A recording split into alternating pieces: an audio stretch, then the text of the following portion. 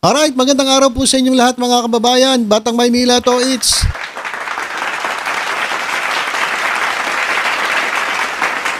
pag-usapan natin itong videong ito. Actually, segment lang po ito ng video nung itong si Atong Ang at yung kanyang abogado ay nagsagawa ng press conference nung sinampahan nila ng kaso itong si alias Totoy at pinabulaanan lahat ng bintang netong whistleblower. Whistleblower po dito sa sa totoong nangyari. Dito po sa nawawalang 34. Actually mga kababayan, sabi nung whistleblower, 100 plus na mga sabongero.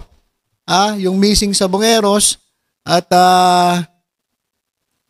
ang ginawa daw ay ginurgor at itinapon diyan po sa sa Taal Lake. Yan naman po ay pinabulaanan ng kampo ni Atong Ang. Pero mga kababayan, doon po sa kabuuan ng kanilang press conference ay meron pong napansin ang ating mga kababayan. Meron pong segment doon na kung saan etong si Atong Ang di umano ay nadulas. Para sa akin hindi nadulas eh. Para sa akin muntik madulas. Buti nahinto niya yung sasabihin niya, mga kababayan. Kasi kung tinuloy niya, nako yari ang buto-buto. Kung itinuloy niya yung sasabihin niya. So hindi naman natin alam kung ano yung salita na yon, kaya iiwan ko sa inyo mga kababayan kung ano yung sasabihin sana na hindi na ituloy ni Atong Ang, mga kababayan. So ito po yung video na yon. Sayang hindi ko mapabagalan yung video. Pero ito mga kababayan, pakinggan ninyo Ipi-play ko muna ng buo at pagkatapos ay tingnan ko kung may mapapansin kayo. Alright? Play na po natin. Kailangan ng ngayon, hindi ko na kailangan paliwanag kung ano, hindi namin alam kung ano nangyari talaga dyan Kaya lang, siyempre, masyado na kami bugbog. Kailangan na kami lumabas. Kailangan kami lumaban Alright, so hindi mo natin papansinin ito sumunod na kasi meron ditong pumalakpak, pumikit, asterisk tie, pumaldo. Bakit may pagpipilian? Kasi mga kababayan, meron pong sasabihin sana si Atong Ang na hindi natuloy. Eto mga kababayan, ulitin natin yung video ulitin po natin. Para malaman natin yung sagot. Kung ano talaga sagot. Ulitin natin mga kababayan. Kailangan ng ngayon, hindi ko na kailangan paliwanag kung ano, hindi namin alam kung ano nangyari talaga dyan Kaya lang, siyempre, masyado na kami bugbog. Okay. So sabi niya, dahil sobra na kaming bugbog. Panoorin nyo maigi mga kababayan itong video at bantayan nyo yung labi ni Atong Ang, mga kababayan. Alright? So, sayang hindi ko na mapalakihan Pero bantayan nyo yung labi ni Atong Ang. Kasi meron siyang dapat sasabihin na hindi niya itinuloy. Basta ang sabi niya, dahil sobra na kaming bugbog, ulitin natin yung yung portion na yun Okay. Siyempre, masyado na kaming bugbog. Okay. Siyempre, dahil sobra na kaming bugbog, kinakailangan, ano raw? Kailangan na kami lumabas. Kinakailangan kami lumaban teka. Gumanon siya May sasabihin sana siya pero sabi niya kinakailangan kaming lumaban. Balikan nga natin. Medyo nabitin ako ron Tutuloy-tuloy ko. Eto na. Kailangan kami Teka lang. Sumobra ako. Kailangan kaming pero hindi niya tinuloy. Sabi niya lumaban. Ulitin natin. Alright? Kailangan na kami lumabas. Kailangan kami lumaban Teka. Bitin ako. Umpisahan natin. Okay. Kailangan ng ngayon, hindi ko na kailangan paliwanag kung ano, hindi namin alam kung ano nangyari talaga dyan Kaya lang, siyempre, masyado na kami bugbog. Kailangan na kami lumabas. Kailangan kami lumaban Kailangan lumaban Di ba yung sabi niya? Kailangan kami lumaban dahil sobra na kaming bugbog. Sabi niya ni Atong Ang, balikan natin. Kasi gusto kong mag-react kayo mga kababayan mag-react po kayo. Mag-comment po kayo kung ano dapat ang sasabihin niya na hindi niya itinuloy. Basta, ito sa dulo may pagpipilian tayo. Yung sasabihin ba dapat ni Atong Ang ay pumalakpak? Yung sasabihin ba dapat ni Atong Ang ay pumikit? Yung sasabihin ba dapat ni Atong Ang ay pumatay? Yung sasabihin ba dapat ni Atong Ang ay pumaldo? O yung pumaldo yung magkapera, mga kababayan, paldo, pag sinabing paldo, maraming pera yon.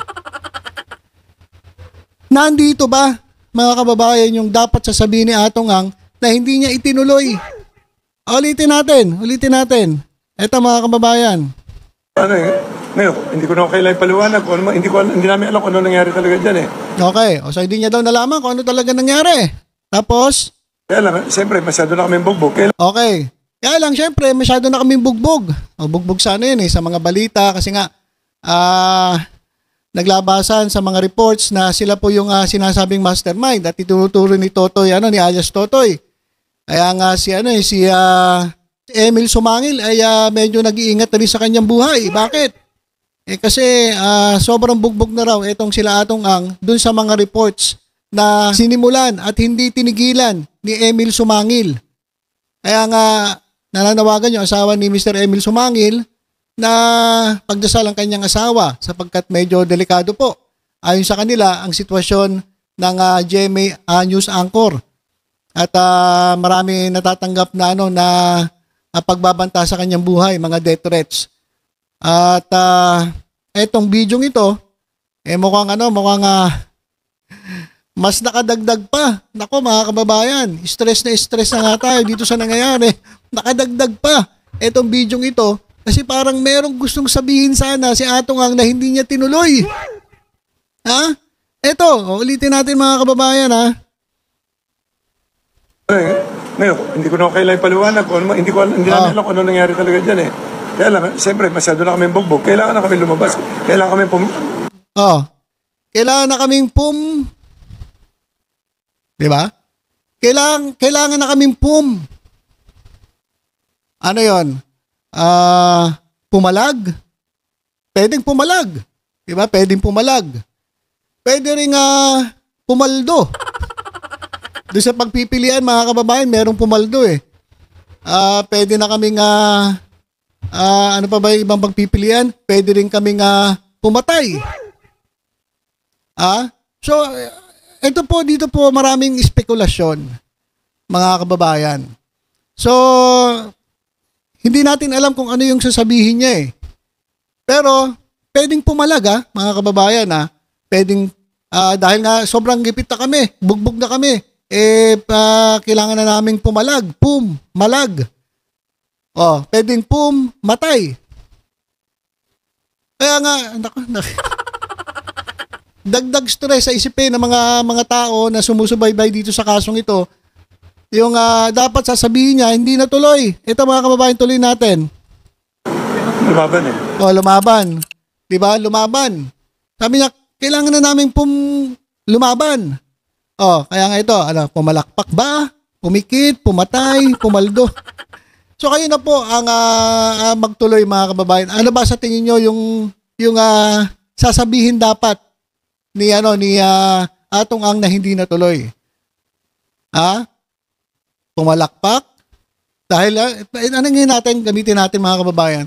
Dahil sobrang bugbog na kami, kinakailangan naming pumalakpak. Parang hindi naman ata yung sagot, di ba? Sobrang na kaming bugbog, kinakailangan na naming pumalakpak. Hindi, mali yun.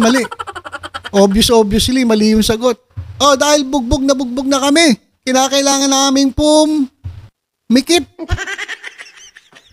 Hindi, umikit hindi, kasi sabi nga niya, lalaban sila di ba? Kailangan na namin lumaban. Di ba? Bugbog na kami, kailangan namin mikit. Lumaban, sabi niya, di ba? Parang mali yung pumikit. At duktong natin yung sabi nila, bugbog na kami, kinakailangan namin pumaldo. Hindi, pumaldo pa ba? Yaman-yaman na. Paldo na tong mga to eh. Sa kanilang negosyong sabong talagang paldong-paldo na mga kababayan. Kaya nga sabi nila, sa sobrang dami ng pera ay parang marami pong impluwensya. Maraming koneksyon. Hindi lamang po sa sa gedli-gedli, kundi maging sa mga matataas na mga ahensya ng ating gobyerno. Lalong-lalo na raw dyan sa judiciary. Kasi hawak daw nila ang Court of Appeals, meron daw silang connection sa Supreme Court. Nako, mahirap po yan kalaban kapag ganyan. So, hindi naman siguro pumaldo. Kasi paldo na to eh.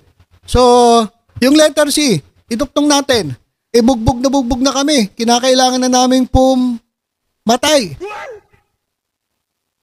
O dahil bugbog ka, pwede ka nang atay.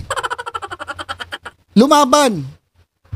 Diba? So, nahinto niya yung eh.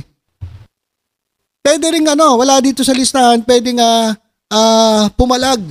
Kasi nga, syempre, bugbog na sila, kinakailangan namin pumalag, kailangan namin lumaban. Pwede rin yun, mga kababayan. Kaya, kayo na po ang mag-isip kung ano ba ang dapat sasabihin ni Mr. Atong Ang na hindi natuloy.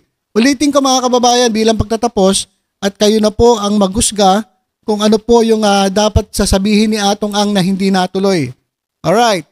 Kailangan ng ngayon, hindi ko na kailangan paliwanag kung ano, hindi namin alam kung ano nangyari talaga dyan eh. Kaya lang, siyempre, masyado na kami bogbog. Kailangan na kami lumabas.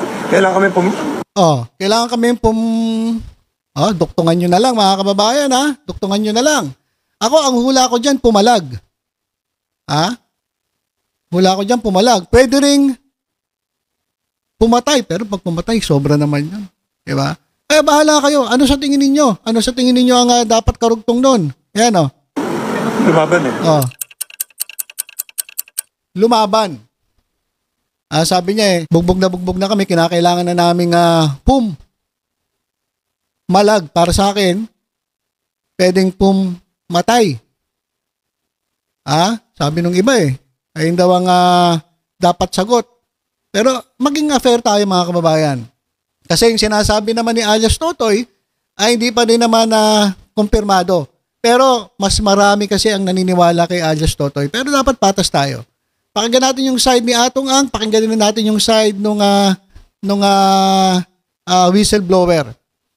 At sana wala pong mangyaring mga maging collateral damage dito po sa isyung ito. No? Kasi baka pati yung nagbabalita lamang, katulad natin, nag-share lamang, kasi isa pong issue ito na kinakailangan maresolbahan ng ating gobyerno. Kasi hindi lamang po ito issue ng ng grupo nila. Kasi national issue po ito mga kababayan di ba? So, kayo na po ang humusga. Ano ba ang dapat sasabihin ni Atong Ang na hindi niya itinuloy? Kasi sabi ng ating mga kababayan, katulad nito, nadulas sa isang interview. Pero sa akin ay mas magandang sabihin, Atong Ang muntik madulas sa isang interview. Muntikan pa lang niya nasabihin Iba yung gusto niya sabihin pero hindi niya nasabi. So, muntik madulas. And please pray for Emil Sumangil at sa mga journalist na tumutulong para maisawalat ang katotohanan. So, yan po mga kababayan, dagdag sakit ulo na naman sa isipin natin. Kaya mga kababayan, bahala na po kayo maghusga. Ano sa tingin nyo? Itong dapat sinabi ni Atong Ang dito po sa interview ito. So ilang po muna mga kababayan, tutok-tutok lang po dito sa Batang Maynila. Iba pang updates, ingat po tayong lahat. God bless po.